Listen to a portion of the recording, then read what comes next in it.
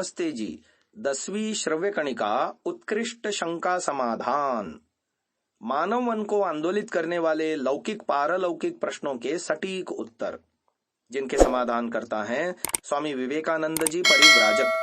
पुस्तक संपादन किया है डॉक्टर राधा वल्लभ चौधरी MBBS जबलपुर द्वारा। पुस्तक प्रकाशन दर्शन योग महाविद्यालय आर्यवन रोजड़ गुजरात से हुआ है।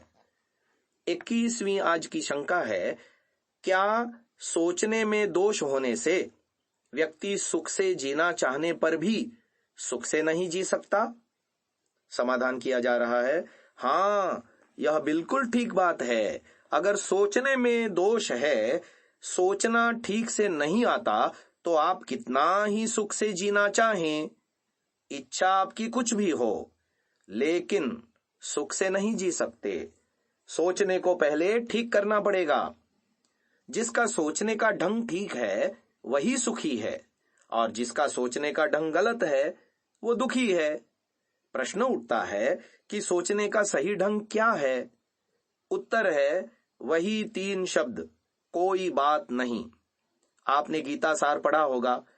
क्या हो गया, उसने तुम्हारा क्या छीन लिया, जो कुछ लिया यहीं से लिया, और जो कुछ दिया यहीं पर दिया। तुम क्या लाए थे जो तुम्हारा खो गया, तुम्हारा क्या चला गया, तुम क्यों रोते हो, कुछ नहीं गया, सब भगवान का था, और छीन लिया तो भगवान को गया, भगवान का गया, आपका कुछ नहीं गया। ये ध्यान रहे, यहाँ आध्यात्मिक भाषा चल रही है, इसको लौकिक भाषा में फिट मत कर देना, नहीं तो गड़बड़ हो जाएगी। आप कहेंगे कि पाकिस्तान कश्मीर को छीन कर ले गया तो तुम्हारा क्या ले गया। वहां यह नियम नहीं चलेगा, वो लौकिक क्षेत्र है, वो क्षेत्र अलग है, आध्यात्मिक क्षेत्र अलग है। हम जब संसार में आए, जन्म लिया, हमारे पास कुछ भी नहीं था, खाली हाथ आए थे, और जब जाएंगे तब भी खाली हाथ जाएंगे, फिर हमारा तो कुछ था ही नहीं। आध्यात्मिक दृष्टि से तुम्हारा कुछ नहीं था। अगर किसी ने थोड़ा बहुत छीन भी लिया तो भगवान बैठे नहीं हैं क्या? वे देखते नहीं हैं क्या? आप संध्या में 6 बार तो सुबह बोलते हैं और 6 बार शाम को बोलते हैं, योस्मान द्वेष्टि यम वयम द्विष्मस्तम वो जम्भे दद्मः। अर्थात जो हमसे द्वेष करते हैं, हम पर अन्याय करते हैं, जो भी गड़बड़ करते हैं, उसको हम ईश्वर के न्याय पर छोड़ देते हैं। आप अपने साथ किए गए अन्याय को ईश्वर के न्याय पर तभी छोड़ पाएंगे जब आप कहेंगे कोई बात नहीं। यह उसी का तो अनुवाद है। भगवान बैठे हैं, नुकसान या द्वेष को ईश्वर के न्याय पर छोड़ दो, भगवान अपने आप न्याय करेंगे। हम झगड़े में पड़ेंगे तो हमारा योगाभ्यास बिगड़ जाएगा, हम ध्यान नहीं कर पाएंगे। हर समय हमारे मन में वही व्यक्ति याद आता जाएगा जिसने हम पर अन्याय किया, जिसने हमसे द्वेष किया। हम बस उसी को याद करते रहेंगे और संध्या ध्यान आदि कुछ नहीं होगा। सीख यही है कि ठीक ढंग से सोचेंगे तो हम सुख से जिएंगे, और गलत ढंग से सोचेंगे तो हम कितना ही सुख से जीना चाहें नहीं जी पाएंगे। आओ हम पहले सोचने का दोष ठीक करें। आगे 22वीं शंका है, सूक्ष्म इच्छाओं से मुक्त कैसे हुआ जाए? क्या संसार में रहते हुए यह संभव है? इसका समाधान किया जा रहा है, वस्तुतः चाहे स्थूल इच्छाएं हों चाहे सूक्ष्म इच्छाएं, दोनों के पीछे एक मनोविज्ञान यानी साइकोलॉजी है।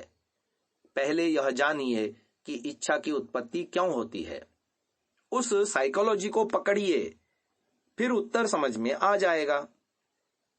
वस्तुतः जहां हमको सुख दिखता है, जिस वस्तु में हमको सुख प्रतीत होता है, जहां हमको सुख मिला है या भविष्य में सुख मिलने की आशा है, वहां उस वस्तु को प्राप्त करने की हमारी इच्छा होती है। अगला प्रश्न उठता है कि इच्छा से छूटे कैसे? इसका उत्तर है, इससे उल्टा काम करो। जहां जहां सुख दिखता है वहां वहां दुख देखना शुरू करो। जब दुख देखना शुरू करेंगे तो इच्छा स्वतः खत्म हो जाएगी। कैसे? जैसे एक व्यक्ति ने सोचा कि बढ़िया 8 लाख की होंडा सिटी कार खरीदेंगे, एयर कंडीशन कार है, बढ़िया चमकदार है, ठाठ से जाएंगे। लोग भी वाह वाह करेंगे कि देखो साहब, इसके पास तो बढ़िया गाड़ी है, प्रशंसा भी होगी, कार का सुख भी मिलेगा, धूप में गर्मी में मरना नहीं पड़ेगा, बस में धक्का नहीं खाना पड़ेगा, आराम से जाएंगे। कार में सुख देखकर उसने कार खरीद ली। जब कार खरीद ली तो फिर आया दुख। क्या दुख आया? जब वो हाईवे पर चला रहा था तो उसको टेंशन हो गई, पीछे से एक ट्रक ड्राइवर बेहिसाब ट्रक चलाते आ रहा है। वो कहीं पीछे से कार को ठोकेगा तो नहीं, उसको हर समय डर लगा रहेगा। कोई दाईं ओर से ठोकेगा, कोई बाईं ओर से ठोकेगा, कोई पीछे से ठोकेगा, कोई आगे से, क्योंकि इनका कोई भरोसा नहीं। सब आजकल बेहिसाब गाड़ी चलाते हैं, सबको जल्दी है। फिर कार पार्किंग में खड़ी कर दी और गए शॉपिंग मॉल में सामान खरीदने। तब भी यह डर लगा रहेगा कि पीछे से कार चोरी ना हो जाए। फिर कहीं पार्क के पास खड़ी कर दी और गार्डन में सैर करने गए तो तीसरा डर यूं सताएगा कि वो छोटे छोटे बच्चे आए हैं, वो कार पर लकीर स्क्रैच न मार दें। वे इतनी बढ़िया कार की हालत बिगाड़ देंगे। शरारती बच्चों को समझ तो है नहीं, वे तो अपने खेल समझते हैं। वे यह थोड़ी जानते हैं कि गाड़ी 8 लाख की है, इसमें लकीर नहीं मारनी चाहिए। जैसे वे दीवार पर लकीर मारते हैं वैसे कार पर भी मार देंगे। फिर उनके पड़ोस में एक मित्र के परिवार में उसके बेटे की शादी आई। एक और टेंशन आ गई, मित्र के घर में शादी है। यह मित्र 3-4 दिन के लिए कार उधार मांगने आएगा। अब बोलिए, कार में सुख दिख रहा है कि दुख दिख रहा है? दुख दिखाई दिया ना।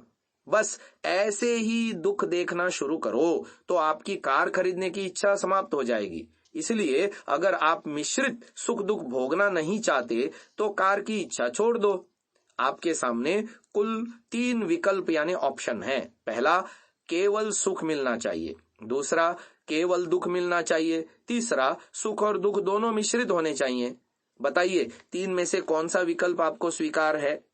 पहले वाला यानी केवल सुख मिलना चाहिए। तो कार में केवल सुख मिलता है क्या? नहीं मिलता ना। या तो दुख मिलेगा या फिर सुख दुख दोनों मिश्रित मिक्स मिलेंगे। एक बार मैंने भी कार खरीदी थी और 2 साल कार चलाई। यह सारा दुख मेरी समझ में आ गया। मैंने कहा, निकालो इसको, यह कार नहीं बेकार है। निकाल दी। अब मैं सुखी हो गया हूं। अब कार नहीं है, खूब शांति और आराम से जी रहा हूं।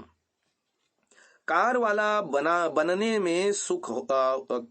बनने में सुख तो है, पर इसके साथ भीषण दुख भी है। मैं मना थोड़ी कर रहा हूं, मैं सिर्फ बता देता हूं कि कार खरीदोगे तो ये दुख भी आएंगे। जिसको दुख भोगना हो वह कार खरीद ले और जिसको दुख से छूटना हो वह कार छोड़ दे। मुझे छूटना था, मैंने कार छोड़ दी, अब मैं सुखी हो गया। मैं जहां जाता हूं वहीं कार मिल जाती है। बोलो क्या घाटा हुआ? आपके पास तो घर में 2-2 कारें होंगी, 3 कारें होंगी। मेरे पास तो 1000 कारें हैं। जिस नगर में जाता हूं वहीं सामने 6 कारें खड़ी रहती हैं। एक व्यक्ति कहता है आप मेरी गाड़ी में बैठो, दूसरा कहता है मेरी गाड़ी में बैठो। अब आप ही बताओ मुझे क्या कमी है, फिर मैं क्यों कार खरीदूं? समझ में बात आ गई। आप सोचते होंगे हम भी ऐसा ही कर लेंगे। अगर ऐसा करना है तो मेरी तरह सन्यासी बनना पड़ेगा, या घर बार छोड़ना पड़ेगा, वैराग्य उत्पन्न करना पड़ेगा, तपस्या करनी पड़ेगी। इतनी सारी कारें ऐसे ही थोड़ी मिलती हैं। इच्छाओं को इस तरह से जितना हो सके कम करते जाएं। संसार में सुख नहीं दुख देखें, केवल मोक्ष में ईश्वर में सुख देखें। इसके अलावा इच्छाओं से छूटने का और कोई तरीका नहीं है। आगे 23वीं शंका आ रही है। सुंदर शरीर, कपड़े, गाड़ी, सुंदर काले बाल, पूरी लंबाई, इसका क्या महत्व है? समाधान किया जा रहा है। सुंदर शरीर, सुंदर कपड़े, गाड़ी, चमकदार मकान, बंगला, काले बाल और अच्छी हाइट, लंबाई, इसका महत्व यह है कि इसको देखकर व्यक्ति संसार में फंसता है। चमक दमक वाली चीजों को देखकर व्यक्ति का दुनिया में राग बढ़ता है, जो कि बंधन को बांधने वाला है।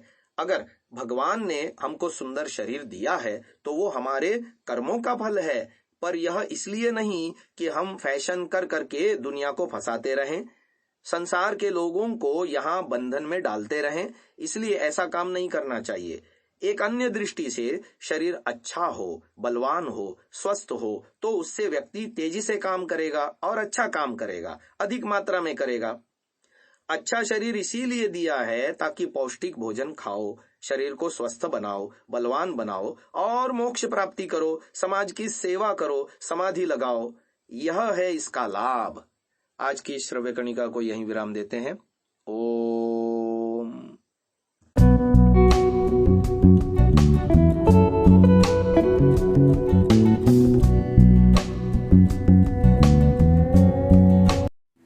डाउनलोड सांसा ऐप, आरवीरदल ऐप, विजिट sansa.org, rvirdal.in।